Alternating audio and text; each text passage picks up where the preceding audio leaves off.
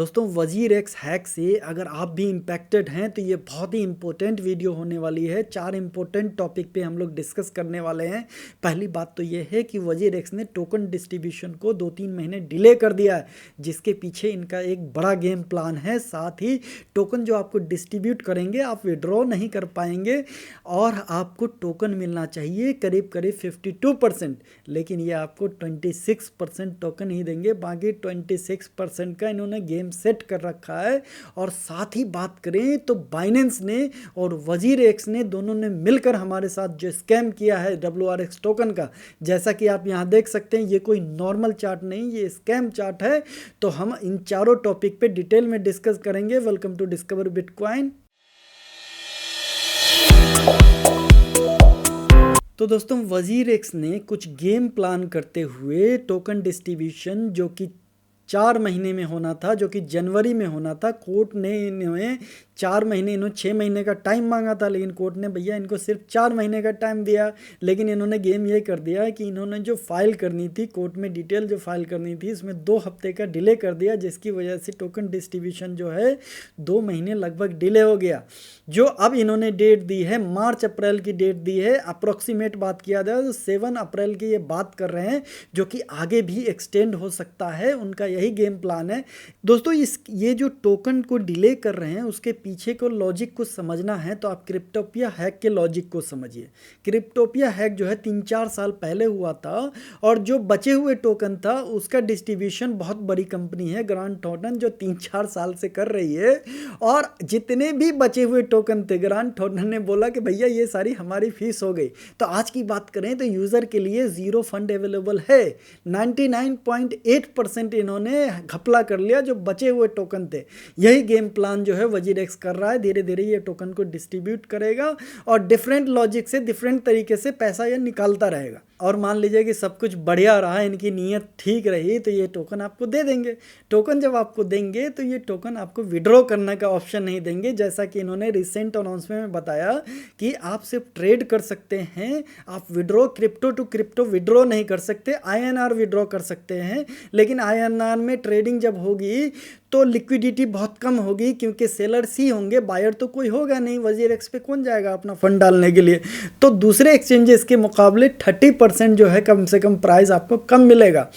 इसके पीछे लॉजिक ये है कि मान लीजिए टोटल फंड इनको 200 मिलियन डिस्ट्रीब्यूट करना है, तो ये सिर्फ 50 मिलियन डालेंगे, क्योंकि लोग फंड को तो निकाल नहीं पाएंगे, तो ज़्यादा फंड इनको डालने की ज़रूरत नहीं है। बाकी जो 150 मिलियन फंड बचेंगे इनका फिर से ये साले कोई ना कोई झोल करेंगे। लोग निकाल ही नहीं रहे तो फंड की ज़्यादा ज़रूरत होगी नहीं एक्सचेंज पे।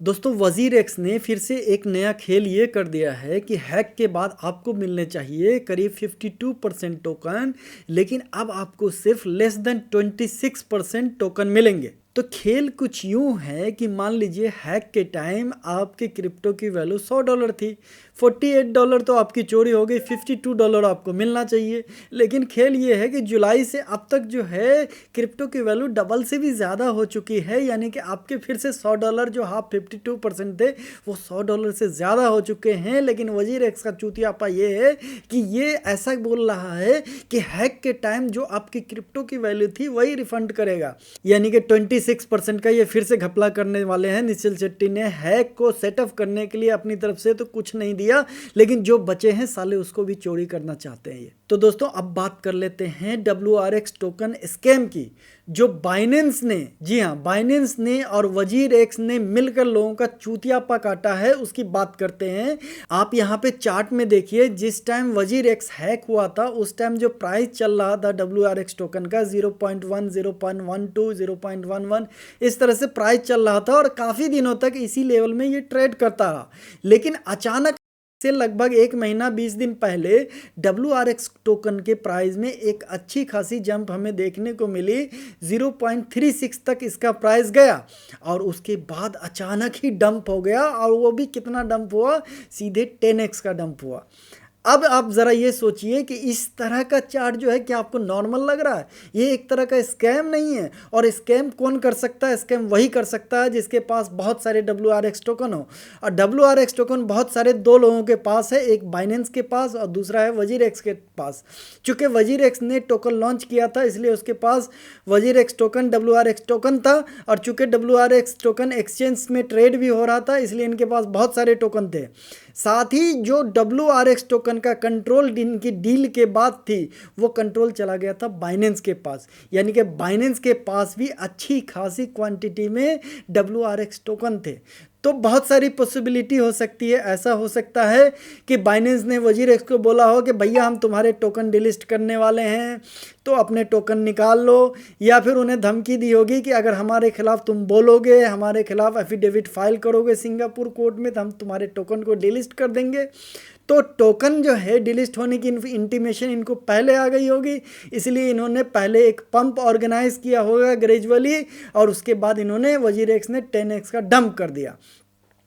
दूसरी पॉसिबिलिटी ये हो सकती है कि बाइनेंस को पता था कि इनके पास बहुत सारे वजीरेक्स के टोकन हैं और ये डायरेक्टली सेल करते हैं तो मार्केट में लिक्विडिटी नहीं है, तो सेल करते ही टोकन का प्राइस ज़ीरो हो जाएगा, इसलिए इन्होंने पहले मार्केट में एक फंड फैलाने की कोशिश की कि WRX टोकन में अच्छा जंप आ रहा है, तो इन्होंने WRX टोकन को 3x पंप किया और उसके बाद इन्होंने 10x का सीधे डंप कर दिया।